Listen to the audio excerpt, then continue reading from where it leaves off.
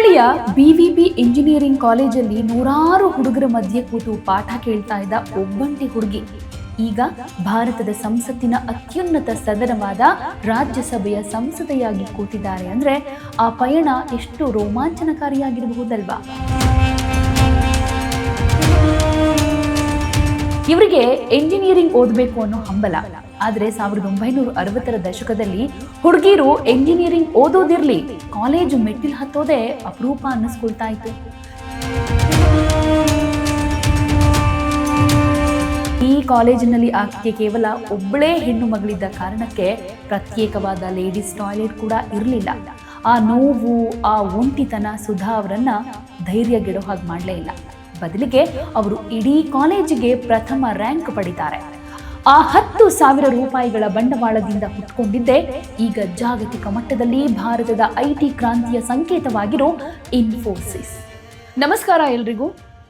ವೀಕ್ಷಕರೇ, ಜಗತ್ತಲ್ಲಿ ಕೋಟ್ಯಾಂತರ ರೂಪಾಯಿ ಹಣ ಗಳಿಸಿದವರು ಸಾವಿರಾರು ಜನ ಇದ್ದಾರೆ. ಆದರೆ ಆ ಹಣದ ಮಧ್ಯೆ ಕೂಡ ಅತ್ಯಂತ ಸರಳವಾಗಿ ಬದುಕಿ ಕೋಟ್ಯಾಂತರ ಜನರ ಹೃದಯ ಗೆದ್ದವರು ಎಷ್ಟು ಜನ ಇದ್ದಾರೆ ಹೇಳಿ. ಇಡೀ ದೇಶವೇ ಅಮ್ಮ ಅಂತ ಗೌರವದಿಂದ ಕರೆಯೋ, ಬಿಳಿ ಕೂದಲಿನ, ಮೊಗದ ತುಂಬ ಯಾವಾಗಲೂ ಮುಗ್ಧ ನಗು ಇಟ್ಕೊಂಡು, ಯಾವಾಗಲೂ ಮುಡಿಯಲ್ಲಿ ಮಲ್ಲಿಗೆ ಹೂ ಮುಡ್ಕೊಂಡು, ಸಿಂಪಲ್ ಆಗಿ ಸೀರೆ ಉಟ್ಕೊಂಡು, ಜಗತ್ತಿನ ಅತ್ಯುನ್ನತ ವೇದಿಕೆಗಳಲ್ಲಿ ಭಾರತದ ಹಿರಿಮೆಯನ್ನು ಸಾರೋ ಒಬ್ಬ ಅಪರೂಪದ ಮಹಿಳೆ ನಮ್ಮ ಕಣ್ಮುಂದೆ ಬರ್ತಾರೆ. ಅವರೇ ಸುಧಾ ಮೂರ್ತಿಯವರು.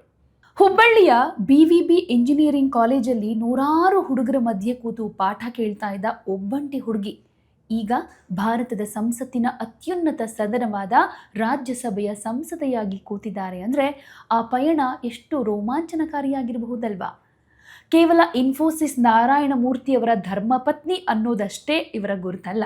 ಇವರು ಭಾರತದ ಮೊದಲ ಮಹಿಳಾ ಎಂಜಿನಿಯರ್, ಶ್ರೇಷ್ಠ ಸಾಹಿತಿ, ಮಹಾನ್ ದಾನಿ ಮತ್ತು ಅಪ್ರತಿಮ ಸಮಾಜ ಸೇವಕಿ. ಬನ್ನಿ ಹಾಗಾದರೆ ಇವತ್ತಿನ ಈ ವಿಶೇಷ ವಿಡಿಯೋದಲ್ಲಿ ಹುಬ್ಬಳ್ಳಿಯ ಆ ಹಠದ ಹುಡುಗಿ ಭಾರತದ ಶಕ್ತಿ ಕೇಂದ್ರವಾದ ದೆಹಲಿಯ ಸಂಸತ್ ತನಕ ನಡೆದು ಬಂದ ಆ ಮಹಾಪಯಾಣದ ರೋಚಕ ಕಥೆಯನ್ನ ವಿವರವಾಗಿ ತಿಳಿಸ್ತೀವಿ. 1950ರ ಆಗಸ್ಟ್ 19ನೇ ತಾರೀಕು ಹಾವೇರಿ ಜಿಲ್ಲೆಯ ಶಿಗ್ಗಾವಿಯಲ್ಲಿ ಸುಧಾ ಕುಲಕರ್ಣಿಯಾಗಿ ಜನಿಸಿದ ಈ ಹುಡುಗಿ ಬೆಳೆದಿದ್ದೆಲ್ಲ ಹುಬ್ಬಳ್ಳಿಯಲ್ಲಿ. ತಂದೆ ಡಾಕ್ಟರ್ RH ಕುಲಕರ್ಣಿ ವೈದ್ಯರಾಗಿದ್ದರು, ತಾಯಿ ವಿಮಲಾ ಕುಲಕರ್ಣಿ ಶಿಕ್ಷಕಿಯಾಗಿದ್ದರು. ಮನೆಯಲ್ಲಿ ಓದಿನ ವಾತಾವರಣ ಇತ್ತು. ಬಾಲ್ಯದಿಂದಲೇ ಸುಧಾ ಅತ್ಯಂತ ಚುರುಕು ಹಾಗೆ ಹಠದ ಸ್ವಭಾವದ ಹುಡುಗಿಯಾಗಿದ್ದರು. ಇವರ ಬದುಕಿಗೆ ಟ್ವಿಸ್ಟ್ ಸಿಗೋದು ಯಾವಾಗ ಅಂತಂದರೆ SSLC ಮುಗಿಸಿ ಕಾಲೇಜು ಸೇರಿಕೊಳ್ಳುವಾಗ. ಇವರಿಗೆ ಎಂಜಿನಿಯರಿಂಗ್ ಓದಬೇಕು ಅನ್ನೋ ಹಂಬಲ. ಆದರೆ 1960ರ ದಶಕದಲ್ಲಿ ಹುಡುಗಿರು ಎಂಜಿನಿಯರಿಂಗ್ ಓದೋದಿರಲಿ, ಕಾಲೇಜು ಮೆಟ್ಟಿಲು ಹತ್ತೋದೇ ಅಪರೂಪ ಅನ್ನಿಸ್ಕೊಳ್ತಾ ಇತ್ತು. ಹೆಣ್ಣು ಮಕ್ಕಳು ಕೇವಲ ಕಲೆ ಅಥವಾ ಹೋಮ್ ಸೈನ್ಸ್ ಓದಬೇಕು ಅನ್ನೋ ನಿಯಮ ಇದ್ದ ಕಾಲ ಅದು. ಸುಧಾ ಅವರು ಹುಬ್ಬಳ್ಳಿಯ ಪ್ರಸಿದ್ಧ BVB ಇಂಜಿನಿಯರಿಂಗ್ ಕಾಲೇಜಿಗೆ ಅಡ್ಮಿಷನ್ ಕೇಳಿದಾಗ ಅಲ್ಲಿನ ಪ್ರಿನ್ಸಿಪಾಲರೇ ಆಶ್ಚರ್ಯಪಟ್ಟರು. ಇಡೀ ಕಾಲೇಜಿನಲ್ಲಿ ಒಬ್ಬ ಹೆಣ್ಣುಮಗಳು ಕೂಡ ಇರಲಿಲ್ಲ. ಕೊನೆಗೆ ಪ್ರಿನ್ಸಿಪಾಲ್ ಅವರು 3 ಕಠಿಣ ಷರತ್ತುಗಳನ್ನು ಹಾಕ್ತಾರೆ, ಅಡ್ಮಿಷನ್ ಕೂಡ ಕೊಡ್ತಾರೆ. ಆ ಷರತ್ತೇನೇನೆಂದರೆ, ನೀನು ಕಡ್ಡಾಯವಾಗಿ ಸೀರೆ ಉಟ್ಕೊಂಡೇ ಕಾಲೇಜಿಗೆ ಬರಬೇಕು, ಕಾಲೇಜಿನ ಕ್ಯಾಂಟೀನ್ಗೆ ನೀನು ಹೋಗೋ ಹಾಗಿಲ್ಲ, ಹಾಗೆ ಕಾಲೇಜಿನಲ್ಲಿ ಹುಡುಗರ ಜೊತೆ ಮಾತಾಡೋ ಹಾಗಿಲ್ಲ ಅಂತ. ಸುಧಾ ಅವರು ಈ ಎಲ್ಲ ಷರತ್ತುಗಳಿಗೆ ಒಪ್ಕೊಳ್ತಾರೆ. ಇಡೀ ಕಾಲೇಜಿನಲ್ಲಿ ಆಕೆಗೆ ಕೇವಲ ಒಬ್ಬಳೇ ಹೆಣ್ಣು ಮಗಳಿದ್ದ ಕಾರಣಕ್ಕೆ ಪ್ರತ್ಯೇಕವಾದ ಲೇಡೀಸ್ ಟಾಯ್ಲೆಟ್ ಕೂಡ ಇರಲಿಲ್ಲ. ಆ ನೋವು, ಆ ಒಂಟಿತನ ಸುಧಾ ಅವರನ್ನು ಧೈರ್ಯಗೆಡೋ ಹಾಗೆ ಮಾಡಲೇ ಇಲ್ಲ. ಬದಲಿಗೆ ಅವರು ಇಡೀ ಕಾಲೇಜಿಗೆ ಪ್ರಥಮ ರ್ಯಾಂಕ್ ಪಡಿತಾರೆ. ಅಂದಿನ ಕರ್ನಾಟಕದ ಮುಖ್ಯಮಂತ್ರಿಗಳಿಂದ ಚಿನ್ನದ ಪದಕವನ್ನು ಕೂಡ ಪಡ್ಕೊಳ್ತಾರೆ. ಇದು ಕೇವಲ ಪದಕ ಆಗಿರಲಿಲ್ಲ, ಹೆಣ್ಣು ಮಕ್ಕಳು ಎಂಜಿನಿಯರಿಂಗ್ ಕ್ಷೇತ್ರದಲ್ಲಿ ಇತಿಹಾಸ ಕ್ರಿಯೇಟ್ ಮಾಡಬಹುದು ಅಂತ ತೋರಿಸಿಕೊಟ್ಟ ಮೊದಲ ಹೆಜ್ಜೆಯಾಗಿತ್ತು. ಇನ್ನು ಹುಬ್ಬಳ್ಳಿಯಲ್ಲಿ ಓದು ಮುಗಿಸಿದ ಮೇಲೆ ಸುಧಾ ಅವರು ಬೆಂಗಳೂರಿನ ಇಂಡಿಯನ್ ಇನ್ಸ್ಟಿಟ್ಯೂಟ್ ಆಫ್ ಸೈನ್ಸ್ನಲ್ಲಿ ಕಂಪ್ಯೂಟರ್ ಸೈನ್ಸ್ ಸ್ನಾತಕೋತ್ತರ ಪದವಿಯನ್ನು ಮುಗಿಸ್ತಾರೆ. ಅಲ್ಲೂ ಕೂಡ ಗೋಲ್ಡ್ ಮೆಡಲ್ ಪಡ್ಕೊಳ್ತಾರೆ. ಮುಂದೆ ಅಮೆರಿಕಾಗೆ ಹೋಗಿ ಉನ್ನತ ವ್ಯಾಸಂಗ ಮಾಡಬೇಕು ಅನ್ನೋದು ಅವರ ಕನಸಾಗಿತ್ತು. ಆದರೆ ವಿಧಿ ಬೇರೆಯದ್ದೇ ಪ್ಲ್ಯಾನ್ ಮಾಡಿತ್ತು. ಒಂದು ದಿನ IISc ನೋಟಿಸ್ ಬೋರ್ಡ್ನಲ್ಲಿ ಪ್ರಸಿದ್ಧ ಟಾಟಾ ಕಂಪನಿಯಾದ ಟೆಲ್ಕೋ ಅಂದರೆ ಇಂದಿನ ಟಾಟಾ ಮೋಟಾರ್ಸ್ ಕಂಪನಿಯದು ಉದ್ಯೋಗದ ಜಾಹೀರಾತನ್ನು ಹಾಕಿತ್ತು. ಆದರೆ ಆ ಜಾಹೀರಾತಿನ ಕೆಳಗಡೆ ಒಂದು ಸಾಲು ಬರೆದಿತ್ತು, ಮಹಿಳಾ ಅಭ್ಯರ್ಥಿಗಳು ಅರ್ಜಿ ಸಲ್ಲಿಸೋ ಅಗತ್ಯ ಇಲ್ಲ ಅಂತ. ಅಂದರೆ ladies candidates need not apply ಅಂತ ಹಾಕಿದರು. ಈ ಸಾಲು 23 ವರ್ಷದ ಸುಧಾ ಅವರಿಗೆ ಕೋಪ ತರಿಸ್ತು. ಲಿಂಗ ತಾರತಮ್ಯನ, ಭಾರತದ ಹೆಮ್ಮೆಯ ಟಾಟಾ ಸಂಸ್ಥೆಯಲ್ಲೇ ಈ ತಾರತಮ್ಯನ ಅಂತ ಯೋಚನೆ ಮಾಡಿದ ಸುಧಾ ಅವರು ತಕ್ಷಣ ಒಂದು ಪೋಸ್ಟ್ ಕಾರ್ಡ್ ತಗೊಂಡು ನೇರವಾಗಿ ಭಾರತದ ಕೈಗಾರಿಕಾ ಪಿತಾಮಹ JRD ಟಾಟಾ ಅವರಿಗೇನೆ ಪತ್ರ ಬರೀತಾರೆ. ಪತ್ರದಲ್ಲಿ ಅವರು ಟಾಟಾ ಸಂಸ್ಥೆ ದೇಶದ ಪ್ರಗತಿಗೆ ಶ್ರಮಿಸ್ತಾ ಇದೆ, ಆದರೆ ಮಹಿಳೆಯರಿಗೆ ಅವಕಾಶ ನಿರಾಕರಿಸುವ ಮೂಲಕ ಸಮಾಜದ ಅರ್ಧ ಭಾಗವನ್ನೇ ಕಡೆಗಣಿಸ್ತಾ ಇದೆ ಅಂತ ಕಟುವಾಗಿ ಟೀಕೆ ಮಾಡಿ ಬರೆದಿದ್ರು.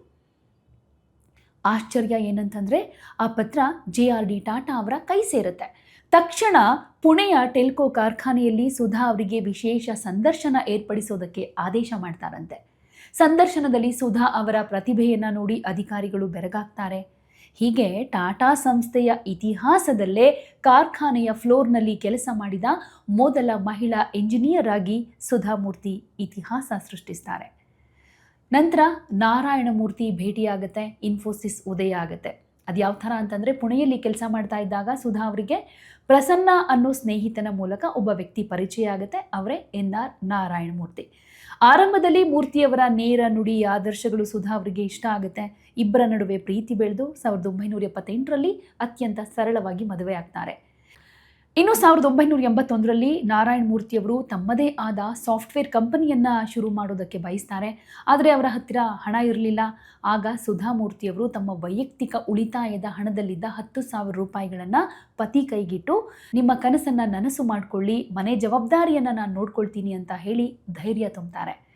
ಆ 10,000 ರೂಪಾಯಿಗಳ ಬಂಡವಾಳದಿಂದ ಹುಟ್ಕೊಂಡಿದ್ದೇ ಈಗ ಜಾಗತಿಕ ಮಟ್ಟದಲ್ಲಿ ಭಾರತದ IT ಕ್ರಾಂತಿಯ ಸಂಕೇತವಾಗಿರೋ ಇನ್ಫೋಸಿಸ್. ಆರಂಭದ ದಿನಗಳಲ್ಲಿ ಇನ್ಫೋಸಿಸ್ಗೆ ಸುಧಾ ಮೂರ್ತಿಯವರೇ ಪ್ರೋಗ್ರಾಮರ್, ಕ್ಲರ್ಕ್, ಅಡುಗೆಯವರು ಎಲ್ಲ ಕೂಡ ಅವರೇ ಆಗಿದ್ರು. ಕಂಪನಿ ಬೆಳೀತಾ ಇದ್ದ ಹಾಗೆ ನಾರಾಯಣ ಮೂರ್ತಿಯವರು ಒಂದು ರೂಲ್ಸ್ ಜಾರಿಗೆ ತರ್ತಾರೆ, ಕುಟುಂಬದ ಒಬ್ಬರೇ ಕಂಪನಿಯಲ್ಲಿ ಕೆಲಸದಲ್ಲಿ ಇರಬೇಕು ಅಂತ. ಸೊ ಸುಧಾ ಮೂರ್ತಿಯವರು ತಕ್ಷಣ ಯಾವುದೇ ಹಠ ಮಾಡದೆ ಕಂಪನಿಯ ಉದ್ಯೋಗವನ್ನು ಬಿಟ್ಟು ಪತಿಯ ಯಶಸ್ಸಿಗಾಗಿ ಹಿಂದೆ ಸರಿತಾರೆ. ಇನ್ನು ಕಂಪನಿಯಿಂದ ಹೊರಗಡೆ ಬಂದ ಮೇಲೆ ಸುಧಾ ಮೂರ್ತಿಯವರೇನು ಸುಮ್ಮನೆ ಕೂತ್ಕೊಳ್ಳಿಲ್ಲ. 1966ರಲ್ಲಿ ಅವರು ಇನ್ಫೋಸಿಸ್ ಫೌಂಡೇಶನ್ ಅನ್ನು ಶುರು ಮಾಡ್ತಾರೆ. ಇಲ್ಲಿಂದ ಸುಧಾ ಮೂರ್ತಿಯವರ ನಿಜವಾದ ವಿಶ್ವ ಪ್ರೇಮದ ಅವತಾರ ಕಾಣೋದಕ್ಕೆ ಶುರುವಾಗುತ್ತೆ. ಅವರು ಕೇವಲ ಚೆಕ್ ಬರೆದು ಕೊಡೋ ದಾನಿ ಆಗಿರಲಿಲ್ಲ. ಹಳ್ಳಿಗಳಿಗೆ ಅಲಿತಾರೆ, ನೆರೆ ಸಂತ್ರಸ್ತರ ಕಣ್ಣೀರು ಒರೆಸ್ತಾರೆ. ಉತ್ತರ ಕರ್ನಾಟಕದಲ್ಲಿ ಪ್ರವಾಹ ಬಂದಾಗಲಂತೂ ತಾವೇ ಖುದ್ದಾಗಿ ನಿಂತು ಪರಿಹಾರ ಸಾಮಗ್ರಿಗಳನ್ನು ಹಂಚ್ತಾರೆ. ಸರ್ಕಾರಿ ಶಾಲೆಗಳ ಸಬಲೀಕರಣಕ್ಕಾಗಿ ಅವರು ಮಾಡಿದ ಕೆಲಸ ಅಪಾರ. ಭಾರತದಾದ್ಯಂತ ಸುಮಾರು 70,000ಕ್ಕೂ ಹೆಚ್ಚು ಶಾಲಾ ಗ್ರಂಥಾಲಯಗಳನ್ನು ಅವರು ಸ್ಥಾಪನೆ ಮಾಡಿದ್ದಾರೆ. 16,000ಕ್ಕೂ ಹೆಚ್ಚು ಸಾರ್ವಜನಿಕ ಶೌಚಾಲಯಗಳನ್ನು ನಿರ್ಮಿಸಿಕೊಟ್ಟಿದ್ದಾರೆ. ಅವರ ಸಮಾಜ ಸೇವೆಯ ಅತ್ಯಂತ ಶ್ರೇಷ್ಠ ಘಟ್ಟ ಅಂತಂದರೆ ಕರಾವಳಿ ಮತ್ತು ಉತ್ತರ ಕರ್ನಾಟಕದ ದೇವದಾಸಿ ಪದ್ಧತಿಯ ನಿರ್ಮೂಲನೆ.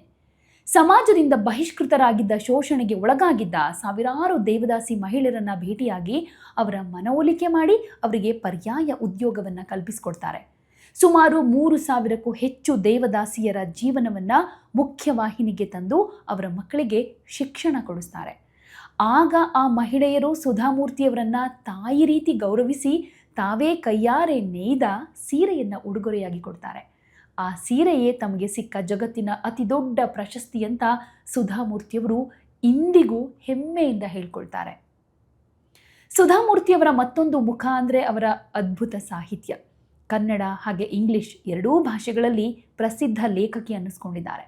ಡಾಲರ್ ಸೊಸೆ, ಮಹಾಶ್ವೇತೆ, ಯಶಸ್ವಿನಿ, ತುಮುಲ, ಋಣ ಹೀಗೆ ಮುಂತಾದ ಕನ್ನಡ ಕಾದಂಬರಿಗಳು, ಹಾಗೆ ಹೌ ಐ ಟಾಂಟ್ my grandmother to read, the Gopi ಡೈರೀಸ್ನಂತಹ ಇಂಗ್ಲಿಷ್ ಪುಸ್ತಕಗಳು ಜಾಗತಿಕವಾಗಿ ಲಕ್ಷಾಂತರ ಪ್ರತಿಗಳಲ್ಲಿ ಮಾರಾಟವಾಗಿದೆ. ಅವರ ಪುಸ್ತಕಗಳು ಸರಳವಾಗಿರುತ್ತೆ, ಸಾಮಾನ್ಯ ಮನುಷ್ಯನಿಗೂ ಕೂಡ ಅರ್ಥ ಆಗುತ್ತೆ, ಹಾಗೆ ನೈತಿಕ ಮೌಲ್ಯಗಳನ್ನು ಕಲ್ಪಿಸಿಕೊಡೋ ಹಾಗಿರುತ್ತೆ.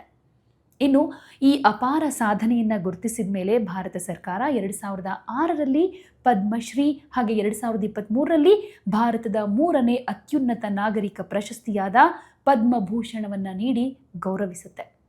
ಇಷ್ಟೇ ಅಲ್ಲ, ಬ್ರಿಟನ್ ಪ್ರಧಾನಿ ರಿಷಿ ಸುನಕ್ ಅವರ ಅತ್ತೆಯಾಗಿದ್ರೂ, ಜಗತ್ತಿನ ಅತ್ಯಂತ ಶ್ರೀಮಂತ ಮಹಿಳೆಯರಲ್ಲಿ ಒಬ್ಬರಾಗಿದ್ರೂ ಅವರ ಸರಳತೆ ಮಾತ್ರ ಯಾವತ್ತಿಗೂ ಬದಲಾಗಲಿಲ್ಲ. ಹೀಗೆ ಜೀವನದ ಅನೇಕ ಕ್ಷೇತ್ರಗಳಲ್ಲಿ ಯಶಸ್ಸು ಕಂಡ ಸುಧಾ ಮೂರ್ತಿಯವರ ಬದುಕಿಗೆ ಮತ್ತೊಂದು ಐತಿಹಾಸಿಕ ಗೌರವ ಒಲಿದು ಬರುತ್ತೆ.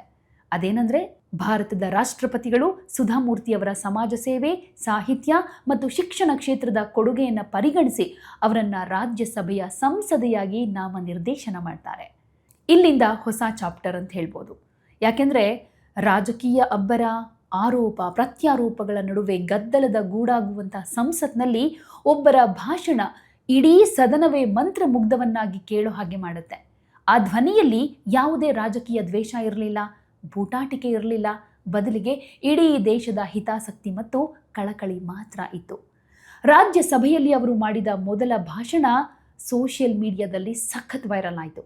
ಪ್ರಧಾನಿ ಮೋದಿಯವರಿಂದ ಹಿಡಿದು ವಿರೋಧ ಪಕ್ಷದ ನಾಯಕರ ತನಕ ಎಲ್ಲರೂ ಇವರ ಮಾತುಗಳಿಗೆ ತಲೆದೂಗಿದ್ರು.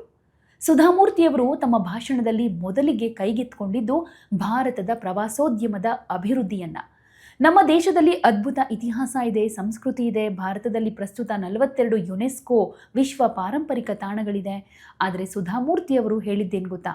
ನಮ್ಮ ದೇಶದಲ್ಲಿ ಕೇವಲ 42 ಅಲ್ಲ, ಇನ್ನೂ 100 ತಾಣಗಳು ಈ ಪಟ್ಟಿಗೆ ಸೇರೋದಕ್ಕೆ ಅರ್ಹವಾಗಿದೆ. ಮುಖ್ಯವಾಗಿ ಕರ್ನಾಟಕದ ಬಾದಾಮಿ, ಐಹೊಳೆ, ಪಟ್ಟದಕಲ್ಲು, ಗುಹಾಂತರ ದೇವಾಲಯಗಳು, ಒಡಿಶಾದ ಉದಯಗಿರಿ, ಖಂಡಗಿರಿ ಗುಹೆಗಳನ್ನು ಯುನೆಸ್ಕೋ ಪಟ್ಟಿಗೆ ಸೇರಿಸೋದಕ್ಕೆ ಸರ್ಕಾರ ದೊಡ್ಡ ಮಟ್ಟದ ಪ್ರಯತ್ನ ಮಾಡಬೇಕು ಅಂತ ಹೇಳಿದರು. ಭಾರತದ ಪ್ರವಾಸೋದ್ಯಮವನ್ನು ಸರಿಯಾಗಿ ಮಾರುಕಟ್ಟೆ ಮಾಡಿದರೆ ಭಾರತಕ್ಕೆ ಬರೋ ವಿದೇಶಿ ಪ್ರವಾಸಿಗರ ಸಂಖ್ಯೆ ದುಪ್ಪಟ್ಟಾಗುತ್ತೆ. ಇದರಿಂದ ದೇಶದ ಆದಾಯ ಹೆಚ್ಚಾಗುತ್ತೆ ಅಂತ ಅತ್ಯಂತ ವ್ಯಾವಹಾರಿಕವಾಗಿಯೇ ವಿವರಿಸಿದರು. ಹಾಗೆಯೇ ತಮ್ಮ ಭಾಷಣದಲ್ಲಿ ಇಡೀ ದೇಶದ ಗಮನ ಸೆಳೆದ ಅತ್ಯಂತ ಪ್ರಮುಖ ವಿಚಾರ ಅಂತಂದರೆ ಮಹಿಳೆಯರ ಆರೋಗ್ಯ ಅನ್ನುವಂಥದ್ದು. ಸುಧಾಮೂರ್ತಿಯವರು ಗರ್ಭಕಂಠದ ಕ್ಯಾನ್ಸರ್ ತಡೆಗಟ್ಟೋ ಲಸಿಕೆ ಬಗ್ಗೆ ಮಾತಾಡ್ತಾರೆ. ಸದನದಲ್ಲಿ ಒಂದು ಕಟು ಸತ್ಯವನ್ನು ಕೂಡ ತೆರೆದಿಡ್ತಾರೆ. ಪ್ರಪಂಚದಲ್ಲಿ ಈ ಕ್ಯಾನ್ಸರ್ನಿಂದ ಸಾಯೋ ಮಹಿಳೆಯರಲ್ಲಿ ಭಾರತದವರೇ ಹೆಚ್ಚು. ಆದರೆ ಇದಕ್ಕೆ ಸರ್ವೈಕಲ್ ಕ್ಯಾನ್ಸರ್ ವ್ಯಾಕ್ಸಿನ್ ಅನ್ನೋ ಅದ್ಭುತ ಲಸಿಕೆ ಇದೆ. 9 ರಿಂದ 14 ವರ್ಷದ ಹೆಣ್ಣು ಮಕ್ಕಳಿಗೆ ಈ ಲಸಿಕೆ ಹಾಕಿದರೆ ಅವರನ್ನು ಈ ಮಾರಕ ಕಾಯಿಲೆಯಿಂದ ರಕ್ಷಿಸಬಹುದು. ಈ ಲಸಿಕೆ ದುಬಾರಿಯಾಗಿರೋದ್ರಿಂದ ಸರ್ಕಾರವೇ ಇದರ ಜವಾಬ್ದಾರಿ ಹೊತ್ತು ಹೆಣ್ಣು ಮಕ್ಕಳಿಗೆ ಉಚಿತವಾಗಿ ವ್ಯಾಕ್ಸಿನೇಷನ್ ಅಭಿಯಾನ ಹಮ್ಮಿಕೊಳ್ಬೇಕು ಅಂತ ಕಳಕಳಿಯಿಂದ ವಿನಂತಿ ಮಾಡಿಕೊಳ್ತಾರೆ. ಈ ಮಾತುಗಳು ಇಡೀ ಸದನದ ಮೆಚ್ಚುಗೆಗೆ ಪಾತ್ರವಾಗುತ್ತೆ. There is a vaccination which is given to women, girls between the age of 9 to 14, known as the cervical vaccination. May I request that to the House that we should incorporate that vaccination for the benefit of our girls. Mother plays an important role, and cervical cancers are more in the later part of life. When a mother dies, in the hospital it's a count +1, but for the family, a mother is lost forever. मैं आदरणीय सांसद सुधा मूर्ति जी का आभार व्यक्त करता हूं कि कल उन्होंने चर्चा में महिलाओं के आरोग्य के विषय पर बल दिया था. उसका महात्म्य क्या है, उसकी आवश्यकता क्या है, उस पर बड़े विस्तार से उन्होंने कहा था. और उन्होंने एक बात ये भी बड़ी इमोशनल बताई थी कि माँ अगर चली गई तो उसका कोई उपाय नहीं होता, फिर नहीं मिल सकती. ये भी बड़ी भावात्मकता से उन्होंने बताया था. And I want to tell you, the most important thing for women in general, is her health, because she always neglects her health and takes care of the family. And because of that, many women suffer in real life with cervical cancers, and they will come to the hospital only in the 4th stage or 3rd stage. I'm being a daughter and a sister of a doctor. I'm aware of this, and I've worked in my last 30 years with Infosys Foundation on this particular area, and that I want to give a suggestion. There is a vaccination which is given to women, girls between the age of 9 to 14, known as the cervical vaccination, which can, if the girls take that, it can be avoided. May I request that to the House that we should incorporate that vaccination for the benefit of our girls, because prevention is better than cure. My father, being a doctor, always used to tell me, when a woman dies, when a mother dies, in the hospital it's a count +1, but for the family, a mother is lost forever. Maybe a man can get another wife, but children will never get another mother. Mother plays an important role, and cervical cancers are more in the later part of life. So I request that our government should look into this matter. ಸುಧಾಮೂರ್ತಿಯವರ ಈ ಭಾಷಣ ಯಾಕಷ್ಟೊಂದು ಜನಪ್ರಿಯವಾಯಿತು ಅಂದರೆ ಅವರ ಭಾಷಣ ಶೈಲಿ ಯಾವುದೇ ಕಾಗದ ಪತ್ರಗಳನ್ನು ನೋಡದೆ ಮನದಾಳದ ಮಾತುಗಳನ್ನು ಅತ್ಯಂತ ಸರಳ ಇಂಗ್ಲಿಷ್ನಲ್ಲಿ ಎಲ್ರಿಗೂ ಅರ್ಥವಾಗೋ ಉದಾಹರಣೆ ಜೊತೆಗೆ ಮಂಡಿಸ್ತಾರೆ. ರಾಜಕೀಯವಾಗಿ ಯಾವಾಗಲೂ ಬ್ಯುಸಿಯಾಗಿರೋ ಸಂಸತ್ತಿಗೆ ಒಬ್ಬ ತಾಯಿಯ ಸ್ಥಾನದಲ್ಲಿ ನಿಂತು ದೇಶದ ಹೆಣ್ಣು ಮಕ್ಕಳ ಆರೋಗ್ಯ ಹಾಗೆ ದೇಶದ ಪರಂಪರೆಯ ಬಗ್ಗೆ ನೆನಪಿಸ್ಕೊಡ್ತಾರೆ. ಸೊ ಹುಬ್ಬಳ್ಳಿಯ BVB ಕಾಲೇಜಿನಲ್ಲಿ ಸೀಟು ಸಿಗೋದಕ್ಕೆ ಹೋರಾಡಿದ ಆ ದಿನಗಳಿಂದ ಹಿಡಿದು ನವದೆಹಲಿಯ ಪಾರ್ಲಿಮೆಂಟ್ ಭವನದ ಉನ್ನತ ಆಸನದ ತನಕ ಸುಧಾಮೂರ್ತಿ ನಡೆದು ಬಂದ ಹಾದಿ ನಿಜಕ್ಕೂ ಪ್ರತಿಯೊಬ್ಬ ಭಾರತೀಯನಿಗೂ, ವಿಶೇಷವಾಗಿ ಪ್ರತಿಯೊಬ್ಬ ಮಹಿಳೆಗೂ ಅಪ್ರತಿಮ ಪ್ರೇರಣೆ ಅನ್ಬೋದು. ಸಂಸತ್ನಲ್ಲಿ ಅವರು ಇಂದಿಗೂ ದೇಶದ ಕಟ್ಟಕಡೆಯ ಮನುಷ್ಯನ ಧ್ವನಿಯಾಗಿ ಶಿಕ್ಷಣ ಮತ್ತು ಸಮಾಜ ಕಲ್ಯಾಣದ ರಾಯಭಾರಿಯಾಗಿ ಕೆಲಸ ಮಾಡ್ತಿದ್ದಾರೆ. ಬದುಕು ಅಂದರೆ ಕೇವಲ ನಮಗಾಗಿ ಬದುಕೋದಲ್ಲ, ಬದಲಿಗೆ ಸಮಾಜಕ್ಕೆ ಏನನ್ನಾದರೂ ಮರಳಿ ನೀಡೋದು ಅಂತ ತಮ್ಮ ಜೀವನದ ಮೂಲಕವೇ ತೋರಿಸಿಕೊಟ್ಟ ಕರುನಾಡಿನ ಹೆಮ್ಮೆ ಶ್ರೀಮತಿ ಸುಧಾಮೂರ್ತಿ. ಸುಧಾಮೂರ್ತಿಯವರ ಈ ಜರ್ನಿಯ ಬಗ್ಗೆ ನಿಮ್ಗೆ ಹೇಗನ್ಸುತ್ತೆ? ನಿಮ್ಮ ಅಭಿಪ್ರಾಯಗಳೇನೇ ಇದ್ರೂ ಕಾಮೆಂಟ್ ಮೂಲಕ ತಿಳಿಸಿ. ನಮಸ್ಕಾರ. ಯಾವುದೇ ಸುದ್ದಿಯ ಅಪ್ಡೇಟ್ ಅನ್ನ ಮಿಸ್ ಮಾಡ್ಕೊಳ್ಬಾರ್ದು ಅಂದ್ರೆ ಈಗ್ಲೇ ಒನ್ ಇಂಡಿಯಾವನ್ನ ಸಬ್ಸ್ಕ್ರೈಬ್ ಮಾಡಿ. ನಿಮಗೆ ಬೇಕಾದ ಭಾಷೆಯಲ್ಲಿ ಎಲ್ಲಾ ಸುದ್ದಿ ತಿಳಿಬೇಕು ಅಂದ್ರೆ ಒನ್ ಇಂಡಿಯಾ ಆಪ್ ಅನ್ನ ಡೌನ್ಲೋಡ್ ಮಾಡ್ಕೊಳ್ಳಿ.